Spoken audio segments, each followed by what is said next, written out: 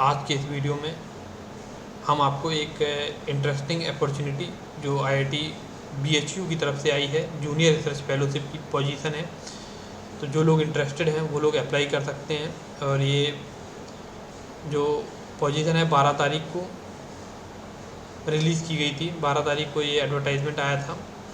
और जो प्रोजेक्ट है ये एक science and engineering research board की तरफ से पोजीशन है आईआईटी बीएचयू में, Indian institute of technology Banaras में।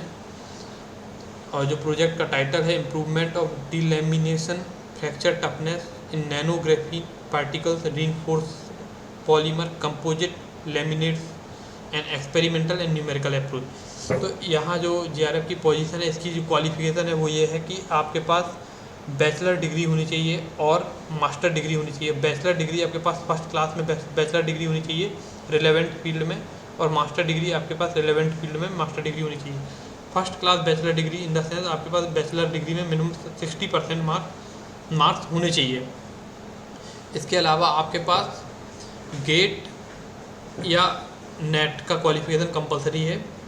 इसके अलावा यदि आपने एमटेक जो प्रोजेक्ट किया है उसमें आपने कंपोजिट स्ट्रक्चर या फ्रैक्चर मैकेनिज्म में काम किया है तो ये आपके लिए प्लस पॉइंट है। और यदि आपको मैटलैब में प्रोफिशिएंसी है, मैटलैब आपको अच्छे से आता है, तो ये आपके लिए एक प्लस पॉइंट होगा। लेकिन ये एसेंशियल क्वालिफिकेशन नहीं है। मैटलैब प्रोफिशिएंसी इन मैटलैब ये डिज़ायरेबल क्वालिफिकेशन है, मतलब ये आपके लिए प्लस पॉइंट होगा। और आज जो इस पोजीशन के लिए जो लास्ट डेट है, जो एज लिमिट है वो 28 ईयर 28 साल है। और as per the government rule आपको एज में रिलैक्सेशन दिया जाएगा। आपको फॉर्म अप्लाई कैसे करना है, इसमें आपके जो भी रिक्वायर्ड डॉक्यूमेंट हैं, जो भी रिलेवेंट मार्कशीट हैं, सर्टिफिकेट हैं, और जो भी आपका, यदि आपने कोई रिसर्च पेपर पब्लिश किया है या कोई एक्सपीरियंस सर्टिफिकेट है या एज प्रूफ, जो भी डॉक्यूमेंट, हम सारे डॉक्यूमेंट आपके साथ डिस्कस करेंगे। वो सारे डॉक्यूमेंट आपको एक पीडीएफ फाइल में बनाने हैं और इस ईमेल आईडी पे आपको सबमिट कर देना है। और जो ईमेल आईडी है उसका जो सब्जेक्ट लाइन है वो ये है एप्लीकेशन, और जो सब्जेक्ट आपको लिखना है ईमेल आईडी का वो ये application for the position of JRF in SERB project. और ये आपको within 21 days from the advertisement आपको अप्लाई कर देना है। और आपको हार्ड कॉपी सेंड करने की कोई ज़रूरत नहीं है। लेकिन यदि आपका सिलेक्शन होता है तो ज्वाइनिंग के टाइम पे आपको ओरिजिनल सर्टिफिकेट वेरीफाई कराने होंगे। और ये जो ड्यूरेशन है इन्होंने बताया है कि 10 महीने का है, लेकिन ज़्यादातर ये एक्सटेंड हो जाता है। तो यही बात वो बोल रहे हैं कि ये आगे एक्सटेंड भी हो सकता है, लेकिन 10 महीने का है।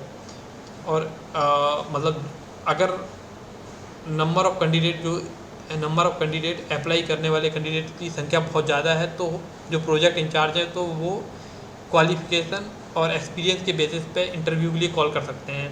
मतलब अगर आपने अप्लाई किया तो ज़रूरी नहीं है कि आप इंटरव्यू के लिए सेलेक्ट ही हो जाएं, वो इंटरव्यू के लिए आपको कॉल करें ही, ऐसा कोई ज़रूरी नहीं है। तो इंटरव्यू के लिए कॉल वो क्वालिफ़िकेशन के अकॉर्डिंग भी कर सकते हैं। हो सकता है आपको इंटरव्यू के लिए कॉल ना करें अगर आपकी क्वालिफ़िकेशन उनके अकॉर्डिंग उनकी जो मतलब उनके अकॉर्डिंग यदि फुलफ़िल नहीं है, उनके अकॉर्डिंग आपकी क्वालिफिकेशन नहीं है, तो हो सकता है आपको इंटरव्यू के लिए कॉल ना करें। लेकिन ज़्यादातर केसेस में इंटरव्यू के लिए कॉल तो करते ही हैं। और जो भी अगर वो आपको इंटरव्यू के लिए सेलेक्ट करते हैं तो आपको ईमेल के थ्रू वो आपको मेल कर देंगे। और ये जो पोजीशन है एक टेम्पररी है, परमानेंट पोजीशन नहीं है। और यदि आपको इंटरव्यू लिए वो लोग आपको इंटरव्यू के लिए कॉल करते हैं तो आपको टीए और डीए नहीं दिया जाएगा। और ज़्यादातर होता क्या है कि जो लोग एज अ जेआरएफ काम करते हैं वो एक टाइम के बाद मैंने ऑब्ज़र्व किया है कि वो पीएचडी में कन्वर्ट हो जाते हैं। मतलब यदि वो जो रिक्वायर्ड क्राइटेरिया उसको फुलफ़िल करते हैं तो वो पीएचडी में उनका आसानी से हो जाता है। तो वही बात बोल रहे हैं कि कैंडिडेट यदि जेआरएफ पोजीशन करता है तो आगे चल के पीएचडी में कन्वर्ट हो सकता है यदि उसने जो क्राइटेरिया है, जो रिक्वायरमेंट है वो फुलफ़िल हो रही है, उसके पास जो एलिजिबिलिटी क्राइटेरिया है वो फुलफ़िल होती है, तो वो आगे चल के पीएचडी में कन्वर्ट हो सकता है। और इसको जो फॉर्म को सबमिट करने की लास्ट डेट है वो 3 तारीख है। और यदि आपको कोई डाउट है तो आप इस ईमेल आईडी पे मेल कर सकते हैं। और आपको फॉर्म भरना है। यहाँ पे आपको अपना नाम, date of birth, male female, category, शादीशुदा, मैरिटल स्टेटस, नेशनैलिटी, आप हैंडीकैप हैं या नहीं हैं वो आपको फिल करना है, अपने माता पिता का नाम और एड्रेस आपको भरना है, एकेडमिक रिकॉर्ड, गेट, और या फिर आपके पास नेट या कोई equivalent national level exam qualification आपके अगर आपके पास है तो वो डिटेल आपको सबमिट करनी है। क्वालिफिकेशन डिग्री, तो यहाँ पे जो आपको ये सारा डिटेल सबमिट करनी है कि एमटेक है, किस यूनिवर्सिटी से किया, कहाँ, मतलब आपका पासिंग ईयर क्या था, सब्जेक्ट क्या थे, परसेंटेज क्या था, डिवीज़न क्या था। वही आपको बीटेक, 12th, 10th और अदर, इसके अलावा बीटेक बी या 12th 10th के अलावा जो भी आपके पास क्वालिफिकेशन है तो उसकी डिटेल आपको सबमिट करनी है। और यदि आपके पास कोई वर्क एक्सपीरियंस है तो वो आपको सबमिट करना है। और यदि आपके पास कोई पब्लिकेशन, आपने कोई जर्नल या कोई कॉन्फ्रेंस पेपर पब्लिश किया है और उसको आपको अटैच कर देना है। उसमें आपको क्लियरली मेंशन करना है 2019 का इम्पैक्ट फैक्टर। इसके बाद आपको 2 रेफरीज़ के नाम देने हैं।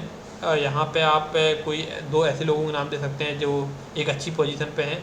और ज़्यादातर जैसे कि मैंने जब पीएचडी के लिए अप्लाई किया था तो मैं जब बीटेक में था तो मैंने 2 प्रोफेसर थे वहीं कॉलेज के, मैंने उनका ही नाम दिया था। तो मतलब आपके लिए आसान होगा कि आप किसी प्रोफेसर से बात कर लें, वो आपको अलाउ कर दें तो आप 2 प्रोफेसर का नाम दे सकते हैं। और इसके अलावा आपको यहाँ पे अपना सिग्नेचर करना है, डेट लिखना है, प्लेस लिखना है और ये सारे डॉक्यूमेंट अटैच करके आपको ईमेल आईडी में सबमिट कर देना है। बाकी अब मेरा पर्सनल मानना है कि यदि आप पीएचडी के लिए इंटरेस्टेड हैं या आप रिसर्च जॉब के लिए इंटरेस्टेड हैं, इवन आप अगर इन द सेंस अगर आप यहाँ जेआरएफ के लिए काम कर रहे हैं, आपने कोई रिसर्च वर्क किया, आपके पास एमटेक डिग्री है, आप 1 साल काम कर लिए, आपने कुछ अच्छा काम किया तो आप आगे कहीं अब्रॉड भी अप्लाई कर सकते हैं। ये मेरा पर्सनल एक्सपीरियंस है कि आपके पास यदि रिसर्च एक्सपीरियंस हो जाता है तो आगे आपको पीएचडी में अप्लाई करने में बहुत आसानी हो जाती है और उसके चांसेस बहुत बढ़ जाते हैं। तो यदि आप इंटरेस्टेड हैं तो आपको अप्लाई तो करना चाहिए। Thank you. बाकी ये जो नोटिफिकेशन है हम डिस्क्रिप्शन में अटैच कर देंगे, आप लोग ध्यान से नोटिफिकेशन को पढ़ें और यदि इंटरेस्टेड है तो आप अप्लाई करें इस जेआरएफ पोजीशन के लिए। तो थैंक यू।